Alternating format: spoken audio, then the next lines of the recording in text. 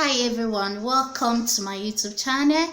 Welcome to Family Vital Tips with Ofere Ehino. And today we are going to be talking about cheating in marriage. Is it wrong or right?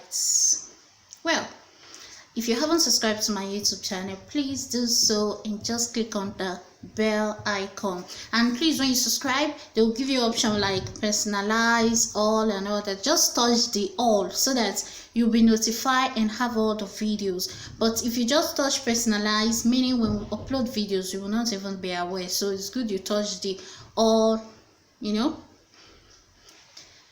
Then I want to also say thank you to all those who have subscribed already to my YouTube channel. Thank you so much. God bless you for the like, for the comments, and all those who share my video, and those who who send me messages on WhatsApp, on Instagram, or ending their view and complimenting the work, and also asking questions like what we are going to be talking about today was actually a question of one of our sisters who after the talk of last time on our YouTube page, we'll talk about forgiveness in marriage. She was like, okay, what about cheating in marriage? So I sure promised her that I was going to do a video on that too. So today here is the video: cheating in marriage, either from the man or from the woman. What do you think about it? Is it wrong or right? For me, yes, it is wrong.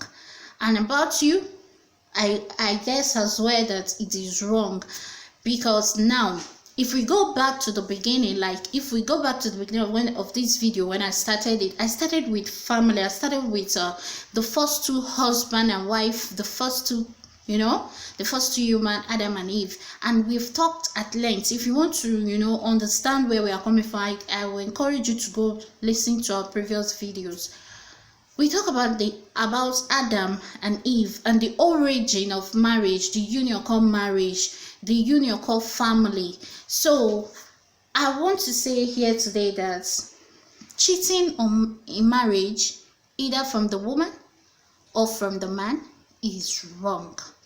Because if the founder of marriage himself sees it as a sin for one to cheat in marriage, then it is something that is really wrong and that we all need to take into consideration. Some say, who is the founder? In case you don't know, marriage was founded by God. It was not something founded by man. It was founded by God. And from the beginning, God institutes this union called marriage between the man and the woman. So, and today I'm going to be taking us through on what even God says about unfaithfulness, about cheating in marriage, because Bible did not use the word cheating, but he used the word rather unfaithfulness in marriage. Being unfaithful to your partner, being unfaithful to your husband or to your wife. So, like my first taking today, I'm going to be reading from the book of Hebrews chapter 13 from verse 4. Hebrews chapter 13 from verse 4. I think my phone will help me more faster here. So I'm going to read it to your hearing, and which you can also read in your own quiet time. Hebrews 13 verse 4. He said, the Bible says, let marriage be held in honor among all, and let the marriage beds be undefiled. For God will judge the sexually immoral and idolatrous. So what did God say now about cheating in marriage? It is wrong. Because if God is saying that marriage should be held in a very honorable way, and you are going to defy the marriage, and he went for, they said, let the marriage bed be what? Be undefiled. So meaning when you go outside your union to either have sex or begin to keep extramarital affairs, it is already a sin against your own body, against your partner, and you have already defied your marriage. And remember, the Bible also says, what God has joined together, let no man put us under. And you now automatically is putting us under your union. by yourself. Bringing someone out from outside to join you to put as under your marriage, and thereby you are violating already the commandments of God. So for you to know that this thing called cheating in marriage is not a normal thing, though many people seems to just take it as something very normal these days. Every wrong thing is just normal to our eyes. But I want us to know that from the beginning until now, it is not a normal thing for anybody to cheat in marriage. It is not normal. Cheating on your wife, cheating on your husband, or either mostly men, they just feel they can cheat. Excuse me, they can cheat on their wife, they can cheat in their marriage. After all, I'm the head, after all, I'm the man. And you see, a lot of persons come to talk of it, they like cheating in marriage is a normal thing for men. So women, no, it is not normal. For the fact that a lot of persons do it, a lot of people they commit that act, that particular crime, does not make it normal. For the fact that it is already becoming a normal thing for our men or our parents to do, does not make it right.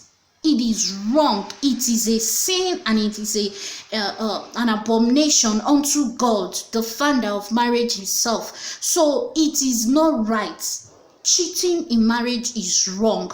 No matter how you want to paint it, you want to package it, you want to, modify it, beautify it, make it look so beautiful, just like I'm looking beautiful now. It does not change it from, it does not change it from being a sin. Because here is what God already said in the book of Hebrew. He said, the marriage bed, and let the marriage bed be undefiled, for God will judge. Meaning, when you defile your marriage, whether your husband judge you as the woman, or fight or retaliate or avenge or not, there is already one supreme being that will judge you. Hello? There is already somebody that will judge you. There is already a court of law that will judge you for cheating on her, whether she knew about it or not. Some would say, but my wife is not aware now. My husband is not aware, so he's not picking offense. Why are you carrying it as your own cup of tea? Let me tell you, for the fact that your husband does not know about it, or your wife does not know about it, doesn't make you go scot-free. Because there is already a law here that God himself will judge the sexually immoral and adulterous. And when you commit a sexual sin outside, you have become an adulteress. Hello? And another thing, when you commit when you cheat on your partner in marriage, you are kind of bringing curse upon yourself. You are kind of bringing curse upon your marriage, upon your children, and you are bringing. Do you know what is called how do I put it? I don't know. How do I put it? You bring decrements upon your blessing. You hinder your blessings. You block your blessings. That is one other thing most people don't know. When you go outside your matrimonial home, you begin to bring limitation to your blessing. You hinder them. Because why? Because you've already begin to tradite your partner. And God is against it. So marriage, we should see, is a very sacred union. Is sacred. So it's not something you can just do whatever you like with. No, it's better you are not married than to be married and you begin to flirt from one man to another. You married, and as a man you begin to flirt from one woman to another. No, the moment you get married, it is an obligation from God for you to remain faithful to your wife. Yes, you must remain faithful to your wife. Because now, look at what Bible says again. It said, for a man of integrity is secure. And a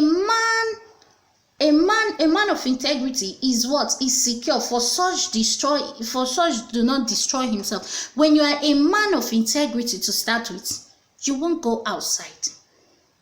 When you're a woman of integrity, you won't go outside your marriage because you feel like I already have an integrity to protect. So as this man or woman of integrity, am I going outside my marriage? Is this something good?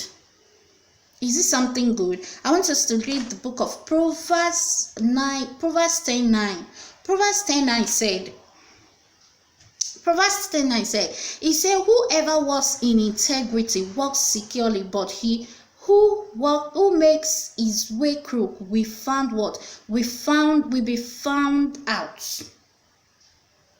Then in the same Proverbs chapter 6, in the book of Proverbs chapter 6 verse 32, he said, he who commits adultery lack what? Senses. He who does it destroy himself.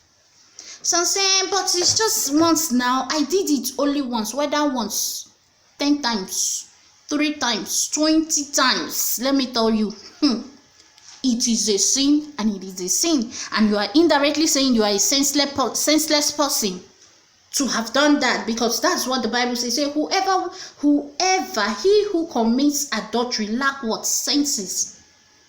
He who does it destroy what? Himself. He lacks senses. Is either he's unreasonable, he's senseless, and he destroys himself. He does not only do it to anybody but to himself, because he sins against his own body. Another part of the scriptures use that word. It said when you commit adultery, the sin of adultery is a sin against one's body. Everything you commit is outside your body, but the sin of adultery is a sin against one's body. And it is true, because someone say, how is it a sin against my own body? It becomes a sin against your own body, because the moment you get married to your wife, your wife become you, and you become your wife. So when you sin against, tradite your wife, you're automatically traditing yourself. That is one thing we must know. And if you feel this whole talk is not making sense, I will take you to the book of 2 Samuel chapter 11, to the story of King David. You see, David was a king. He was the head of the nation, the head of the people of Israel, and the head of his own house. The Bible says when kings, it was about the time kings were going to war in Israel, King David did not go to war. He stayed back at home, being a very powerful king and a powerful warrior, man of war. He stayed back because he already trained a great army that whether he was there or not, they will fight the battle and bring him victory.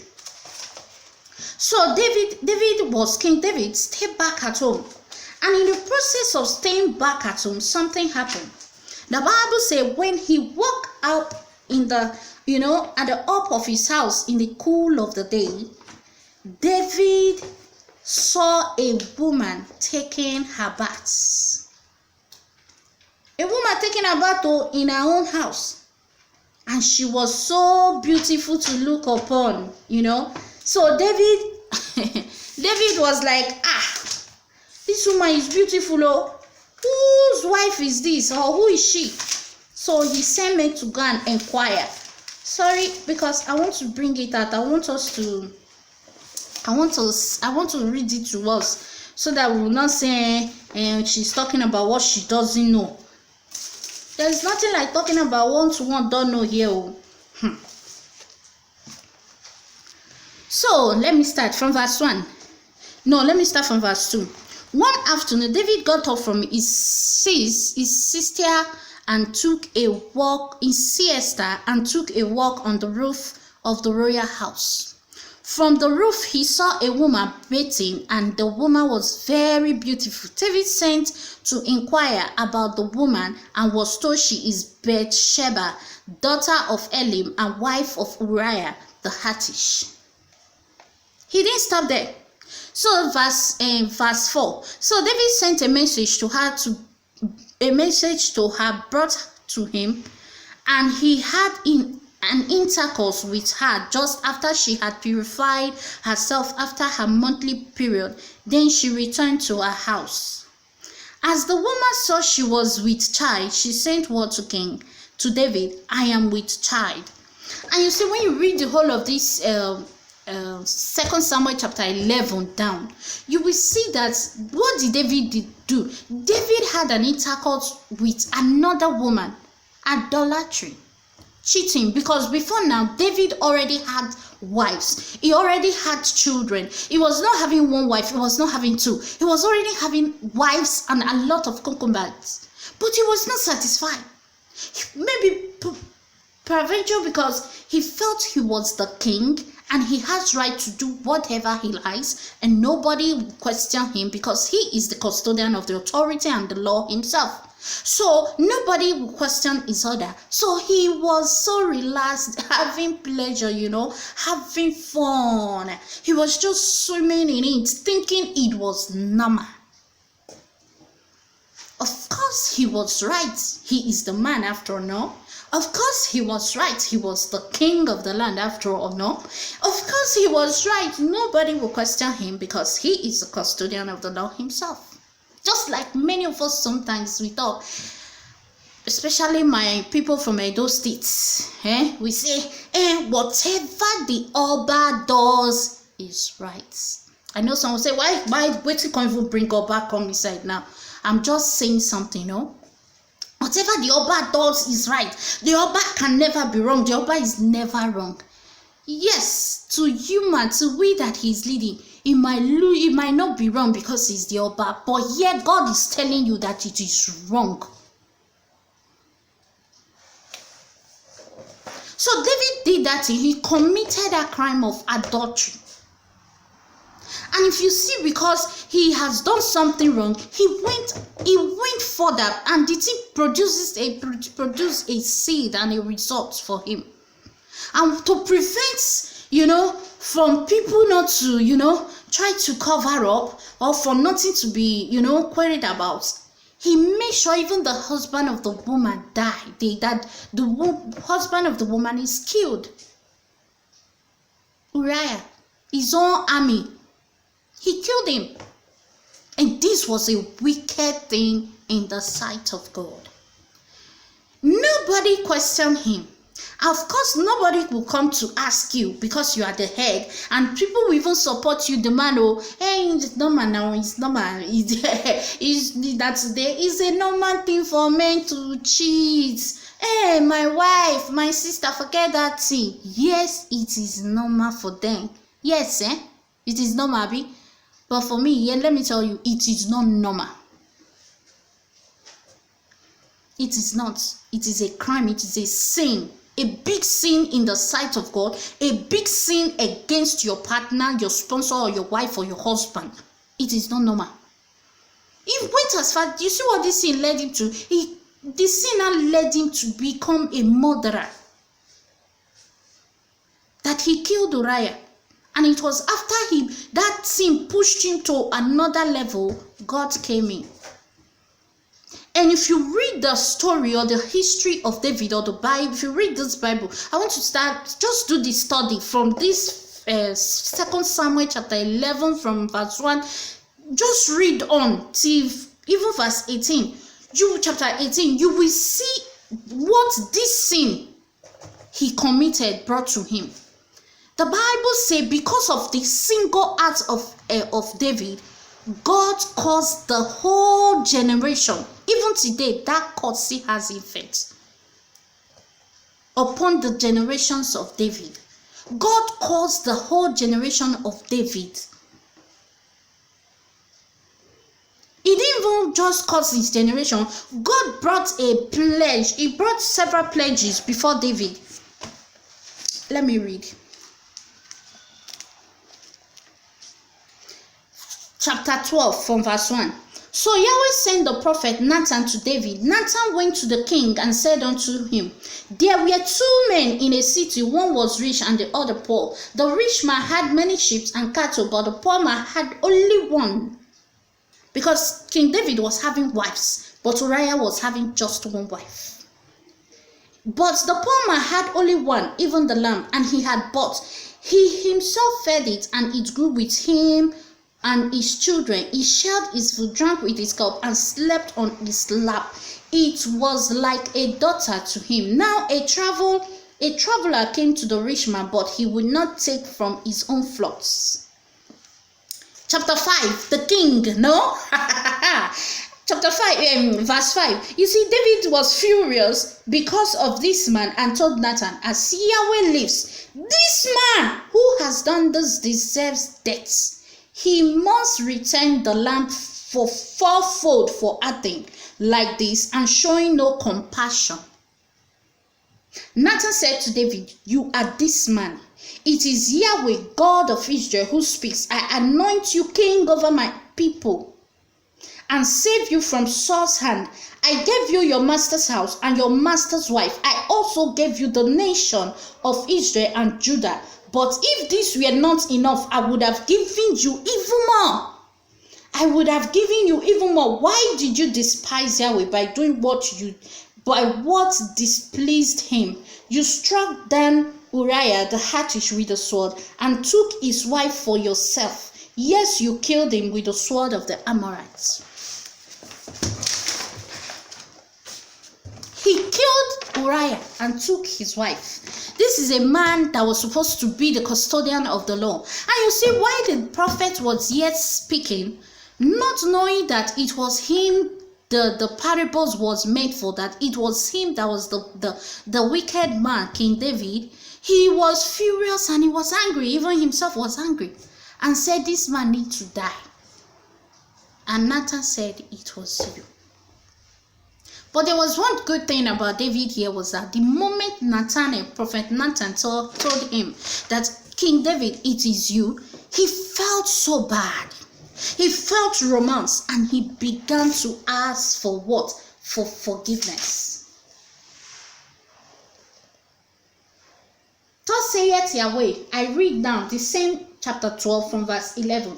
Thus saith Yahweh, your misfortune will rise from your own house.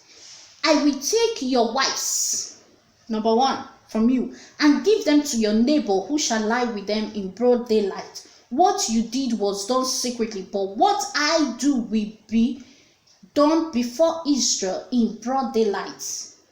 David said to Nathan, chapter 13, I have sinned against God.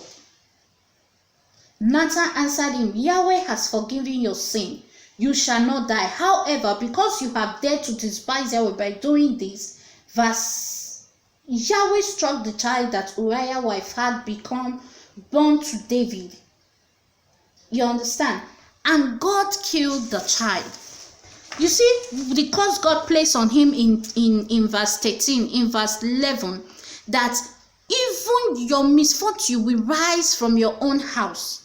For I will take your wife, all what you did in the secret, I will bring them to open in the broad daylight. He placed a curse upon King David.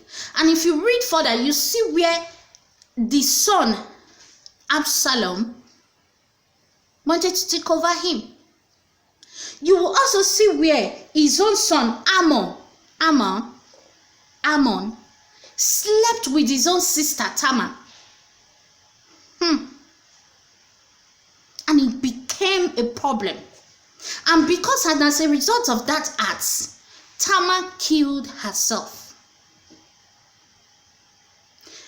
Ammon was killed by Absalom because Tamar was a sister to Absalom. Absalom was angry, and Absalom happened to be the first son of King David. Then prayer woman comes in. This is where you as a woman, you have to forgive your wife, your husband. You have to forgive him. Because if you not say because he committed that sin, you will never talk to him again. You will make him look frustrated. What about the children you already have for him? So we say, I've never had children for him. It doesn't concern me. Okay. But remember, the union marriage is a sacred one. And God does not support divorce. You see, sometimes when we read the Bible, it seems so complicated. You are like, but how are we able to do all these things? That's why you have to pray. First, you have to forgive him. You have to forgive yourself or her. And ask God for mercy. Ask God for guidance. Because why? That sin, that single act has produced, has grown. We grown and produced seeds. And if you can forgive and pray together, who knows? That seed will be taken away forever. That sin, that curse. Because then what happened? It brought curse upon the house of David. And if you study further, you will see where King David, at the end of the day, Absalom died. Absalom became a betrayer to his own father. He wanted to overthrow his father and take the throne. Why the father was still yet alive? And you see another thing, after that, it didn't end there. Absalom died, and it was even the son of that woman he went and committed adultery was not the person that became king in Israel.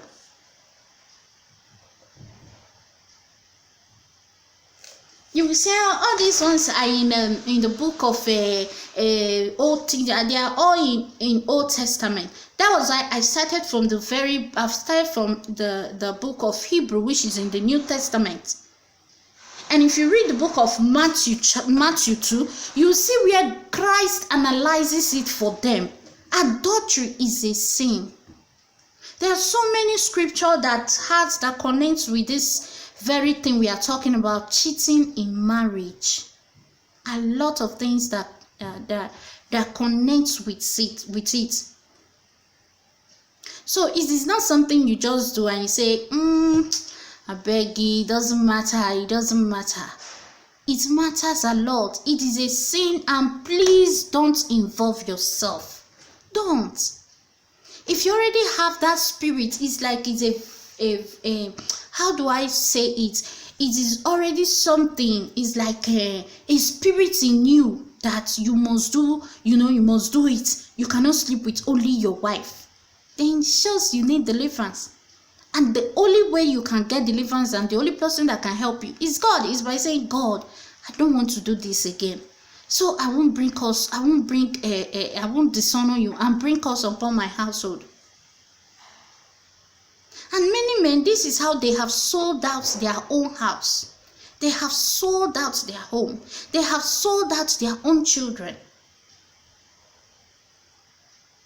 And brought problems to their house. And I wonder why some men they will go out and they will come back and say, you, my wife, you are the problem you are my problem. You are the reason why I don't make money, especially when they are adulterers. Do you know when you go to sleep with other woman, it brings hindrance to your finances? Yes. It brings you, it demotes you as the man or as the woman. It reduces your grace. It reduces your person. That's just the truth. But many people don't know. There are a lot of things that connect with this thing. It's just that sometimes in churches that where all these things, most of all these things that are supposed to be taught, they are not being talked about. They are not being talked about. Maybe either because some of, I don't know what to say, but I want to tell you that if they don't tell you in your church that it is a sin, even your pastor or your pastor's wife might try to make it look to you that it is normal for men to commit adultery and women. It is not normal. Please, sir, please, man, it is not normal. And you see some men, some women, in the process of, because I want to pay back, they will also go and commit the same adultery. It is not permitted. And if you must know, you the woman, don't do it. Because you know why now? If you do it, the God that said he will judge the man will also judge you. And do you know what the Bible says? Where the Bible says it belongs to adulterers, it is hellfire. So don't even try to pay back by yourself by going to do that. And this way, woman, I will advise you, pray hard. You see, your husband at the time when they sabi go outside, go to different woman. Then tell God, say, God, this is my marriage. You said no one should put asunder. Anything pushing my husband to want to even be the one putting asunder in this marriage, God, take it out of him. Every third party that wants to destroy my marriage, God, judge them, deal with them by yourself. And you know, God knows how to handle every one of us in our own way. That we will not be destroyed, we will be alive, but we will learn to amend our ways. Put it in prayer. That if you ask me, the best advice I can ever give to a married couple is pray. Pray, woman. Pray, the man. Pray. Because if you pray all the time, the Spirit of God will help you to avoid some certain things. When you pray all the time, study your Bible, seek the presence of God all the time, you will be so blessed, and you will just be living your life accurately in line with God or God's will for us. This topic continue. So let me stop this one here so that it won't be too much. We see for the next in the other, the second part of this teaching. Until then, remain blessed and subscribe to this channel. I love you. Bye bye.